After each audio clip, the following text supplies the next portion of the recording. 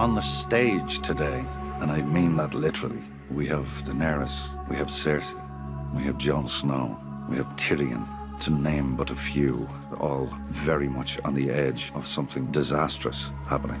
The mood is somber.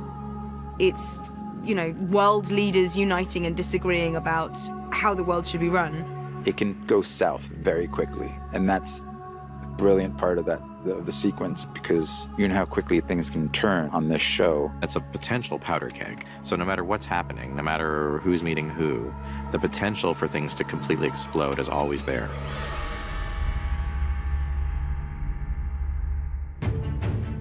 The Dragon Pit is probably one of the most essential sequences in all of Game of Thrones. Tyrion and his posse, they know they're entering a dangerous place, and they know they're taking a risk coming here. You have 60+ hours at this point of main characters who you are really invested in, and it's enjoyable to put people together who haven't been together before and see how they would react to each other. It's people becoming aware of the smallness, I think, in their nature. No matter how much they fight each other, there's a bigger threat to life than just who's on the throne. You can say to anyone, you know, this disease is coming, but until you can show them evidence, they won't get past their own smaller problems to fight the big problem. These things build over time, you know. It takes 70 hours to get to this point. It takes 70 hours for the story to allow this scene to happen. There's a momentum that's up now which doesn't stop. So that's really exciting. It's incredible because I am the new kid on the block. And I've seen these guys for 6 seasons now. And then all of a sudden being part of the scene. I think this is going to be one of the scenes of this season.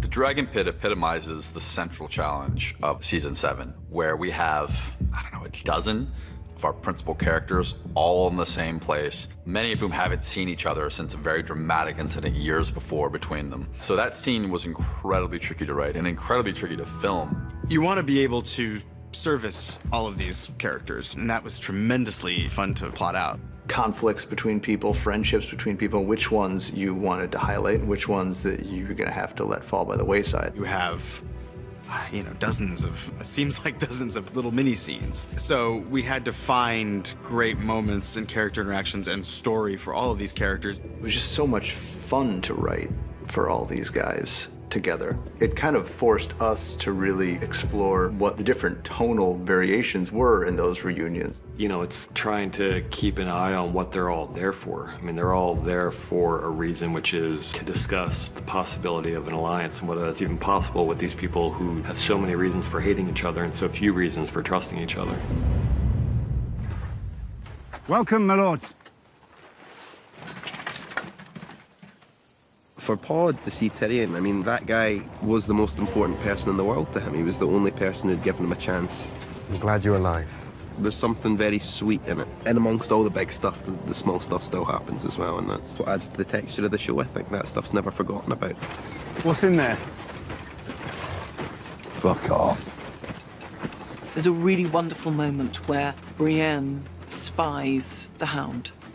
And she realizes that she has to sort of apologize, maybe for nearly killing him, maybe. But she also brings to him the news that she knows he wants to hear, that Arya is alive and Arya's home. Oh, that was a relief. Yeah, of course. And a concern, is she all right? Who's protecting her if you're here? The only one that needs protecting is the one that gets in her way. And then it turns out that we don't need to worry about Arya, because I've taught her everything. What I love about Tyrion and Bronn's relationship is they know exactly who they are. Tyrion prods him a little bit about how much Bronn is doing things out of self-interest. Don't you worry about me, I'm doing all right. Looking after myself. Are you? Helping me to arrange this meeting wasn't exactly looking after yourself, was it? It's your head Queen Cersei's offered a bag of gold for us, not mine. Knocks on his tin heart a little bit. Knows there's something in there. It's good to see you again. Yeah, you too. You have Cersei seeing Tyrion for the first time in a long time, her mortal enemy. So the first time they lock eyes when she walks in, that's a moment. It's really awkward. It's like I know family reunions for everyone are very awkward, but let's just say the Lannisters are a complicated bunch. She's held him responsible for the death of her mother and the death of Joffrey and her father. You know, she can't really take responsibility or deal with her own grief. She has to just blame everybody else, and that's part of her pain too. Lena gives me a look that I never want to see ever again. It's, yeah, it almost flattened me. I wanted to hide. Met my brother. That was good. I had a standoff with him, which was great fun. That was great. Ignoring a very serious situation, the Hound just goes straight to him and goes, basically, you and me, pal, we haven't finished. You're getting it. There's a non-verbal 4 or 5 second thing between Cersei, Jaime, and Brienne. That's not even a line of dialogue. It's just a little mini scene built out of looks. It's sort of like one of the worst things that happens to you at school. I think it's Brienne's idea of absolute abject hell.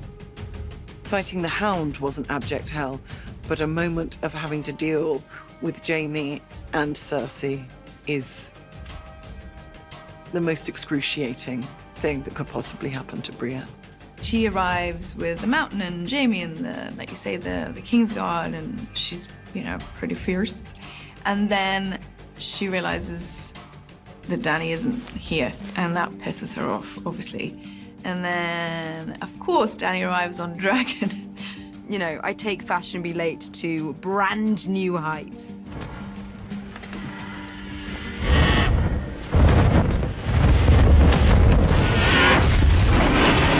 She's very theatrical with her entrance, though.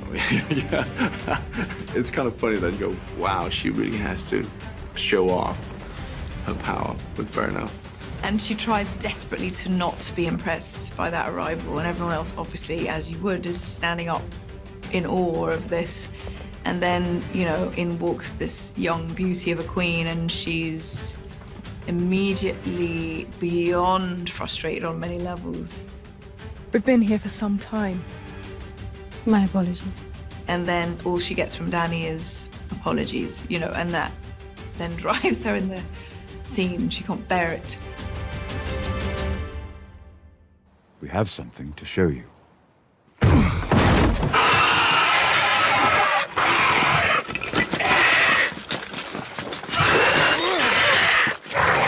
Well, for me, being a horror nerd, I was slightly giggly, so I was like, my very own zombie. She has never, ever seen anything like this before, and this is a creature that defies her. This is a creature she doesn't know how to disable. She doesn't know how to kill. This is something else. Daenerys has seen it, and she's aware of it, and it's frightening, but she is just watching Cersei. Like, she just needs to know that this has affected her. You know, she's always had that notion of creatures like this, that they don't exist, and it's nonsense. And so I think when he's there, she's back as a kid, just, you know, realizing everything her grandma, her nannies told her was real. She's staring into a face that she never thought existed. For Jaime, this is like definite proof that there is no choice. Clearly, this thing, we have to deal with this, and he believes them all. He believes his brother, but he also believes Daenerys and Jon Snow when they say that they saw 100,000 of these beings. That's where his head is. You know, the world could end in 5 minutes, but he is absolutely one-pointed, focused on, I have never seen this before. This is amazing. I could really do things with this, you know. There's this beat in the scene that I really love, because I have a line where he's like, he's just seen the White Walker, just died, and he realizes this is the first thing he's ever seen that terrifies him. And that's like a new emotion for him. You know, like, oh, that was an interesting feeling.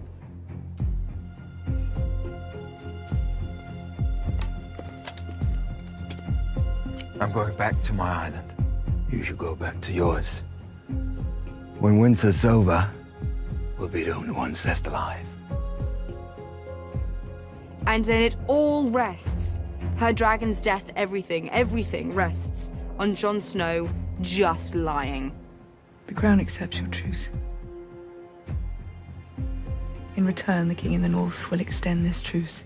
He will remain in the north where he belongs. He will not take up arms against the Lannisters. He will not choose sides.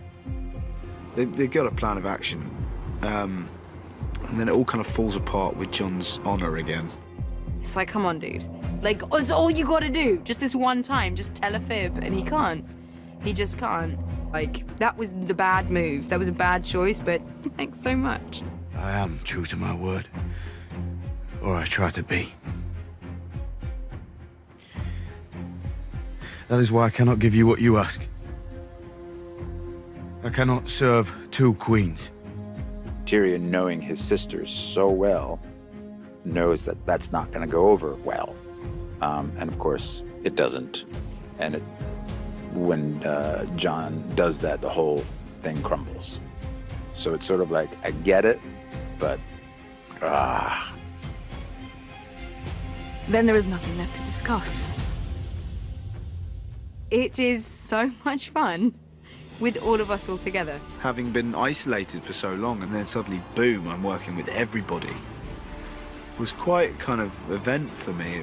I loved it. It's lovely. It's all of us being together. So we're all kind of, that was really exciting because we are all just a big happy family. And that extended to after work, unfortunately, because we had way too much fun. Usually like here, you're on set and then you have a couple of other actors to hang out with. Suddenly we were like 10, 15 at the same hotel. It was just a recipe for disaster. But it was fun though. Having been so invested in the show for so long, for so many years, it's just so thrilling. And I was personally very excited to finally meet Daenerys. And I hope for the fans that they see a satisfying realization of what I think they've all been maybe waiting for, is for these worlds to be collided. Those 10 days were 10 of the most enjoyable days I've ever spent doing this show, because it's all these people having such an excellent time just being in each other's company. I will never forget those days on that set. They were outstanding.